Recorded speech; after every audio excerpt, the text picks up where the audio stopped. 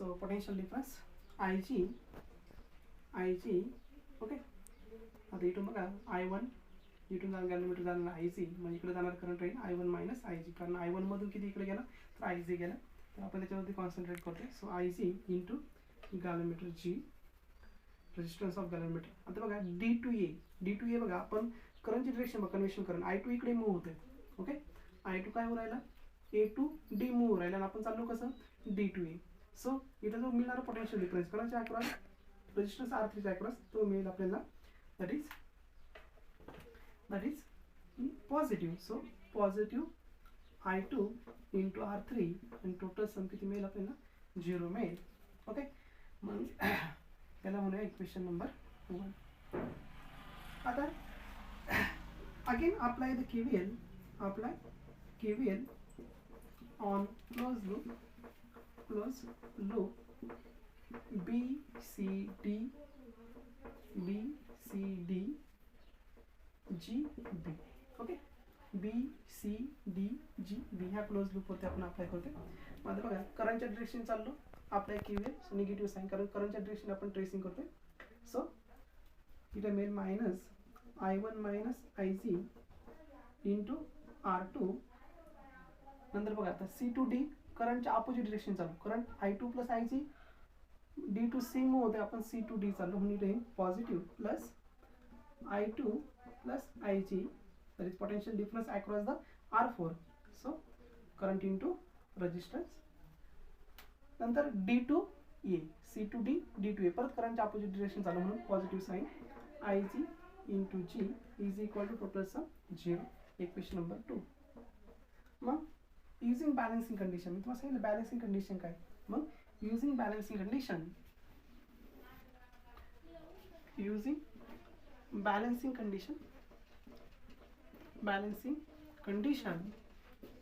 using balancing condition मग balancing condition काय सांगते, that is current circuit is balanced when the IC current passing through the galvanometer will be 0.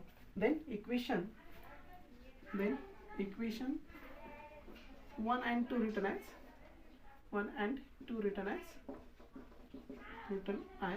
मग बघा equation 1 इथं IG 0 आहे, म्हणजे काय मिळेल आपल्याला minus I1 into R1 minus 0 because IG is 0 plus I2 into R3 is equal to 0. Equation number 3 म्हणूया. And आता आणखी हेच आपण थोडंसं रिराईट करू शकतो, ही टर्म LHSला नेली. सो RHSला नेली. So I1 R1 okay equal to साईनच्या ऑपोजिट साईडला. So I1 R1 is equal to I2 R3. Equation number 3. Similarly we can written as equation number 2. तर IG 0 रिटर्न मिळेल आपल्याला minus I1 R2 plus IG is 0, so I2 R4 plus 0 is equal to 0, okay, because IG is here 0. Now simplify this equation. So I1 R2 is equal to I2 R4. This is equation number 4. Taking ratio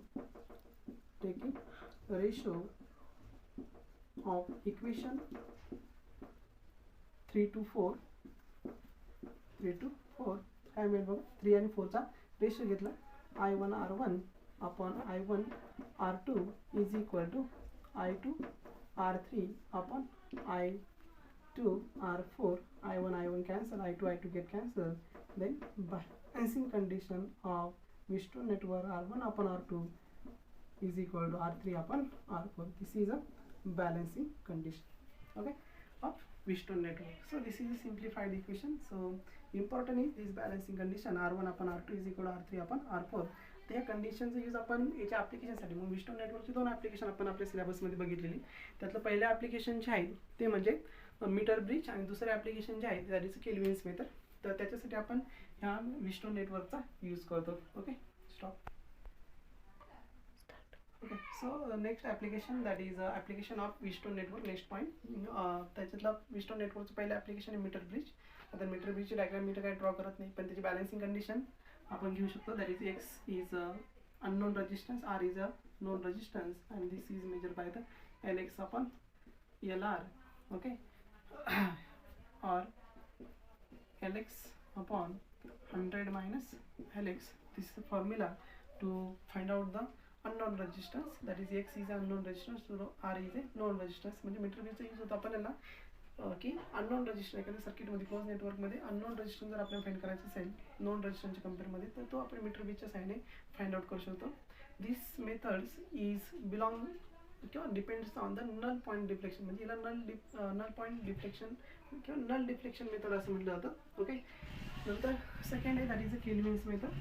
kelvin method. तर Kelvin मेथडमध्ये आपण equal deflection method म्हणतो. काय म्हणतो? Equal deflection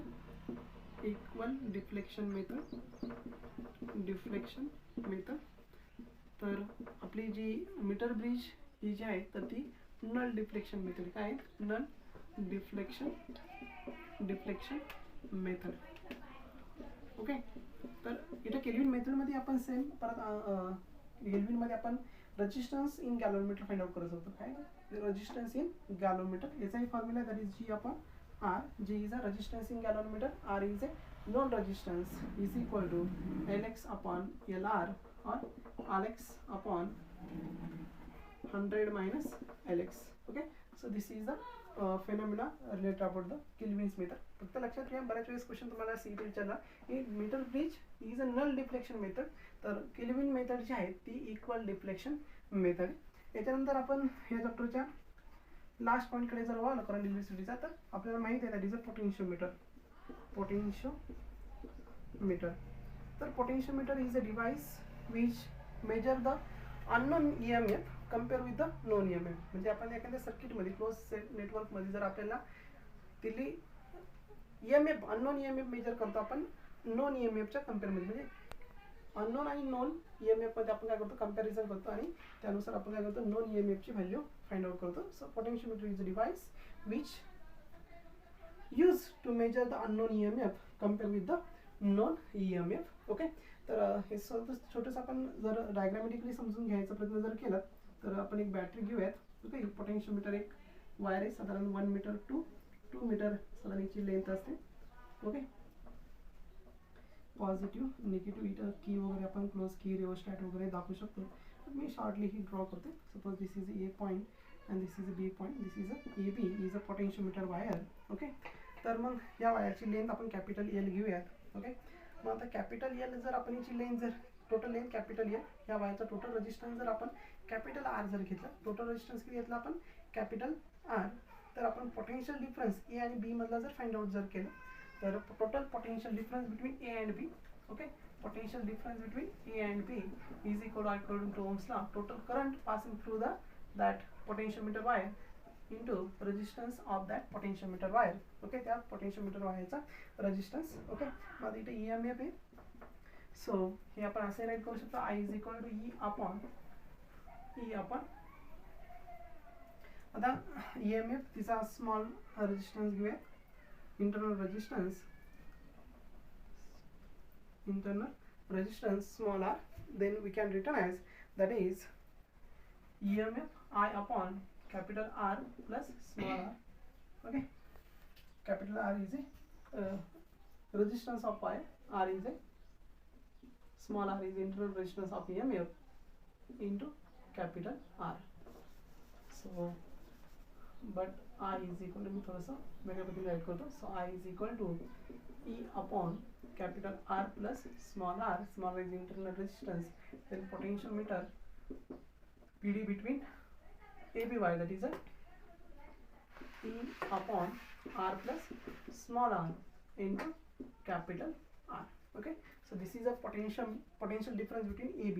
Okay, आता potentiometer per unit length, that is potential gradient आपण ज्याला म्हणतो, potential difference per unit length of wire is equal, हे इक्वेशन अशी राईट करू शकतो आपण, ER upon L into capital R into small r. Okay, so this is the value potential gradient and this is a constant. हा काय मिळतो आपल्याला constant मिळतो.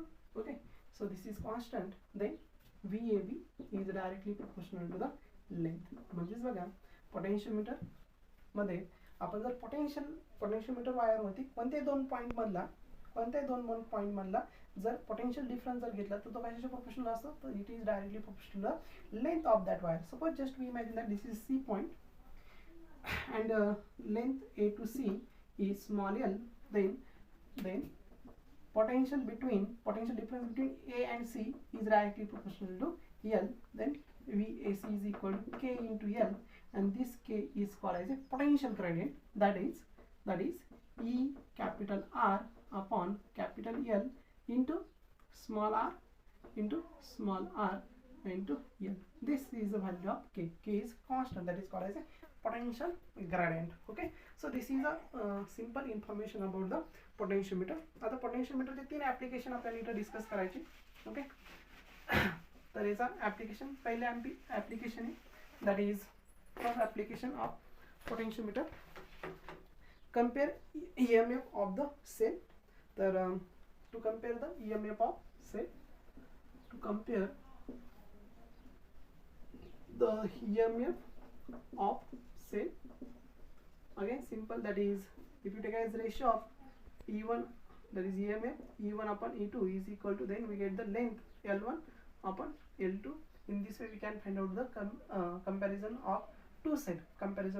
Then EMF is directly proportional to L, that is the potential difference is directly proportional to L. This is the principle of potentiometer where we can use, then find the or we get this relation, that is E1 upon E2 is equal to L1 upon L2. Second application is, that is sum and difference method.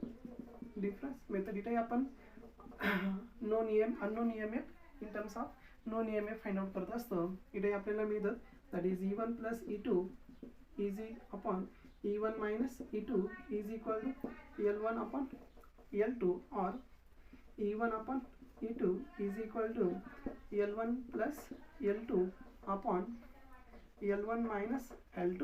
आणि त्याचं तिसरं application आहे, third application of potentiometer, that is to find the internal resistance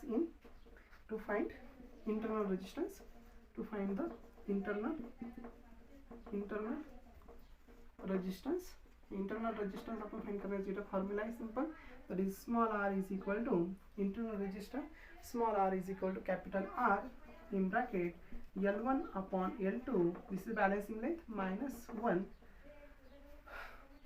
that is R is equal to internal resistance capital R, that is a known external resistance R, L1 upon L2 is a balancing length minus 1. So this is a formula for to find out the internal resistance.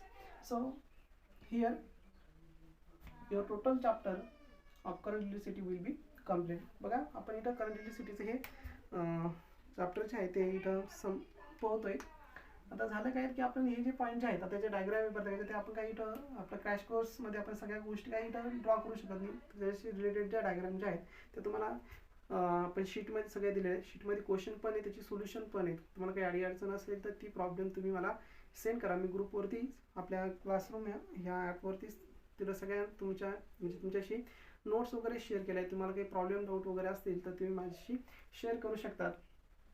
Okay, काहीला अडचण असेल तर कोणी माझ्या WhatsApp नंबरवरतीही तुम्ही problem टाकू शकतात. माझा WhatsApp number आहे, दॅट इज 9766868412. म्हणजे तुम्हाला येणारे काही डाऊट्स असतील, तुमचे काही एक्सटर्नल डाऊट असतील शीटच्या बाहेर, तर तुम्ही ह्या नंबरवरती मला व्हॉट्सअप करू शकतात. ओके, तर याच्यावरती तुम्ही तुमचे प्रॉब्लेम जे आहेत ते मला पाठवू शकतात. ओके.